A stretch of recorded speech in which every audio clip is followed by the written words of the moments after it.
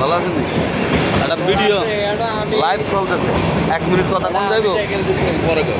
আচ্ছা ওইদিকে ওইদিকে। তাহলে আমি একটু অন্যদিকে যাই। আমি টাকা দিচ্ছি। জুয়েল ভাই, আজকের একটা মানে আমার ভিতরে একটা প্রশ্ন দীর্ঘদিন ঘুরপাক খায়, বুঝছেন? সেই প্রশ্নটা হইল যে শহর এবং গ্রামের মধ্যে পার্থক্য কি? কেউ বলে বিল, খাল, নদী, নালা, ধান, চাল ইত্যাদি। হ্যাঁ, আসলেও পার্থক্যটা কি শহর এবং গ্রামের মধ্যে? আমি তো ভালো। হ্যাঁ, গ্রামের মানুষ খুব অসুস্থ হয়। মানে আপনার মন্তব্য কোন? গ্রামের লোক ভালো বেশি। গ্রামের লোক ভালো বেশি। হ্যাঁ, আপনার প্রশ্ন উত্তরের লোক গ্রামের লোক ভালো বেশি। গ্রামের লোক অসুস্থ হয় না বেটা, বুঝো? হ্যাঁ। শহরের লোক ধুলা বালু সেই খাইয়া পাইয়া। এটা কিন্তু আমি ইউটিউবে আমার একটা চ্যানেল আছে, চ্যানেল মামা, গ্রাম এবং শহরের মধ্যে সবচাইতে বড় পার্থক্যটা কি? কও, তোমার মতামত। পার্থক্য? জানো না? আচ্ছা দাও, দুলাল, গ্রাম এবং শহরের মধ্যে মানে সবচাইতে বড় পার্থক্যটা কি? পার্থক্য হলো শহর হলো ইট বালুর শহর, গ্রাম হলো মনোরম পরিবেশ, গাছগাছালি। শহরে যে সমস্ত সুন্দর সুন্দর পাখি দেখা যায়, গ্রামে এই পাখিগুলো দেখা যায়। আবার গ্রামের মানুষ হলো পদ্মাশীল, হ্যাঁ, আর শহরের মানুষ হলো মনে করেন বেপদ্দা চলাফেরা করে। সুন্দর সুন্দর পাখি আমার তো খুব ভালো লাগে, এই কারণে এত শহর ভালো লাগে। শহর ভালো লাগে। আচ্ছা, হয়েছে বড় মিয়া ভাই, আপনি কই থাকেন? ঢাকা থাকেন না? গ্রাম এবং শহরের মধ্যে পার্থক্য কি? মতামতটা দেন একটু। আমরা না না, গ্রাম এবং শহরের মধ্যে পার্থক্য বলেন একটু, আপনার এক লাইন। সবচেয়ে বড় পার্থক্যটা কি বলেন, একটা কিছু আপনার মতামত যায় দেন। হ্যাঁ, দেশে ভাল লাগে না, ঢাকায় ভাল লাগে? হইল না? বড় ভাই আসসালামু আলাইকুম, আমার একটা ইউটিউব চ্যানেল আছে, তা আমার একটা জানার জন্য আর কি আমি, যে শহর এবং গ্রামের মধ্যে সবচাইতে বড় পার্থক্যটা কি, এটা আপনার মতামত।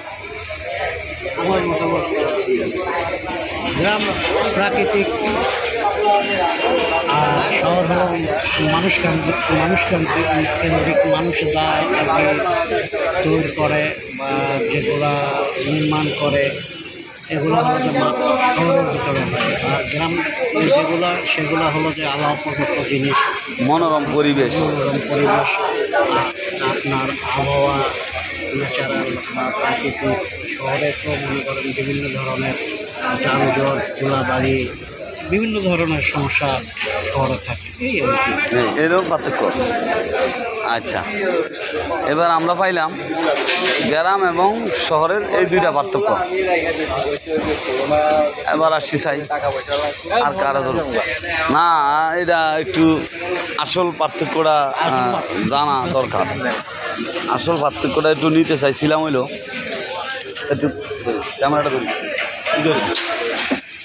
শহর এবং গ্রামের মধ্যে পার্থক্য বলতে অনেক কিছু, যেমন গ্রামের পরিবেশ আর শহরের পরিবেশে এক না। দ্বিতীয়তম হইল ঢাকা শহর ধুলাবালি ইত্যাদি বিভিন্ন দিক দিয়ে বোঝায়, এইটার সাথে বড় পার্থক্য আছে। এরপরে আপনি দেখেন যে গ্রামের খাইতে লইতে বসতে চলতে মানে সব কিছুতে আরাম, এইদিকে শহরে আরাম না। গ্রামে কোনো জ্যাম নাই, শহরে জ্যাম আছে, এদিকেও শহরে আরাম না। কিন্তু শহরে যে আরামটা আছে সবচাইতে বড়, কিন্তু শহরে একটা আরাম আছে, এইটা গ্রামে নাই। এই আরামটা হইল কি, মানে আমি যতজনের দেখছি, যতজনের মতামত দিছে যে শহর এবং গ্রামের ভিতরে পার্থক্য কি, শুধু অনেকে বলে যে মানে পরিবেশের কথাটাই সবাই বেশি বলে, তবে গ্রামটাতেই সবাই কিন্তু ভালো বলে। আমিও গ্রামের ছেলে, আমিও গ্রামকে ভালো বলি।